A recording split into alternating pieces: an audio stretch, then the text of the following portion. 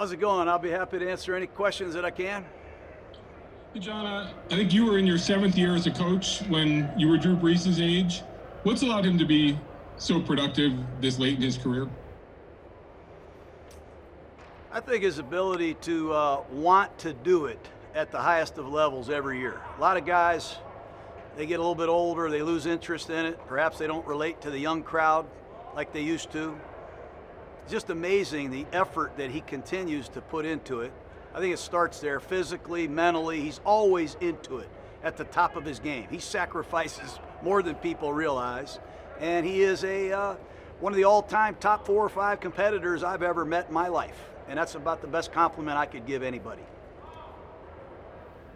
Jon, any injury updates on Trent Brown, Nick Witkowski, and Sam Young? I don't have anything today, no.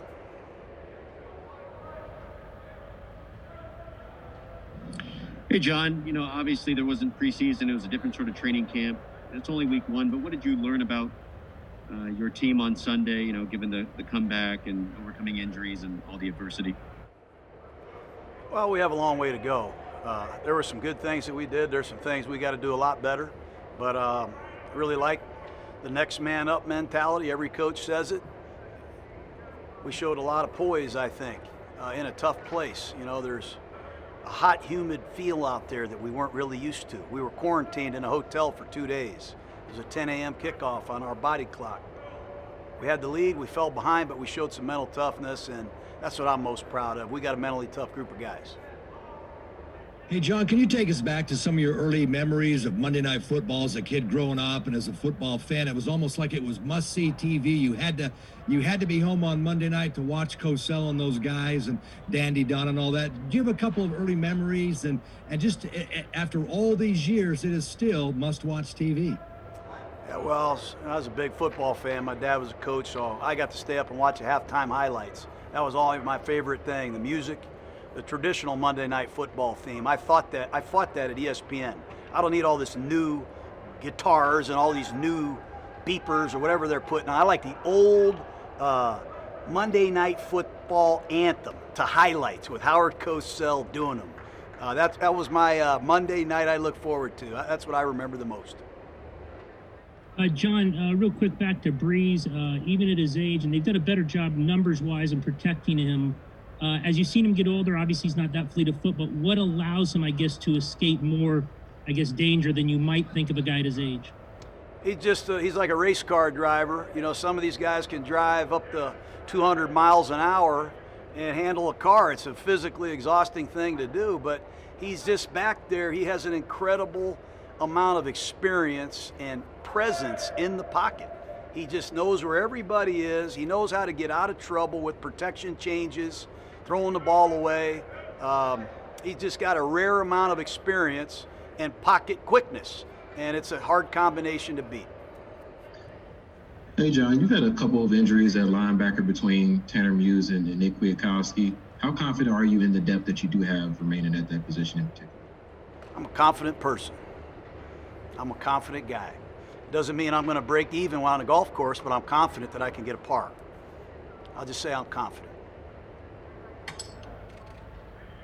And obviously, Raekwon McMillan came in a little bit late after the trade and everything. How do you think he's ready to step up at middle linebacker if asked to do so? How can I know? I just met Raekwon about 10 or 12 days ago, so it's going to be something that he has to prove, our coaches have to prove, and the game film will prove it. So we think he's a good player. That's why we brought him here. But has he had enough time to get all the experience that he needs to play at a high level in the NFL against the New Orleans Saints? That's something he has to prove, but he's got the talent to do it, and he's working hard. Jon, I think you were in your 3rd year as a coordinator, and Sean Payton came on as quarterbacks coach with the Eagles when you guys were at the vet. I think David Shaw was in that room too. What do you remember about Sean that year as a quarterback coach? What jumped out at you about him? We had a blast in Philadelphia. Ray Rose made me hire Sean because I was yelling too much. So Sean came and calmed me down and brought us a lot of fresh ideas. And David Shaw was there as a quality control man. And we used to stay up late at night trying to figure out how to get a first down. And those were great growing years, I think, for all 3 of us. And I'm fortunate to have bumped into those guys. Hey, Jon, not sure if you're really a Star Wars guy, but when Mark Davis welcomed you and the team and the coaching staff, everybody into Allegiant Stadium and said, "Welcome to the Death Star, where our opponents' dreams come to die," what went through your mind at that point in time?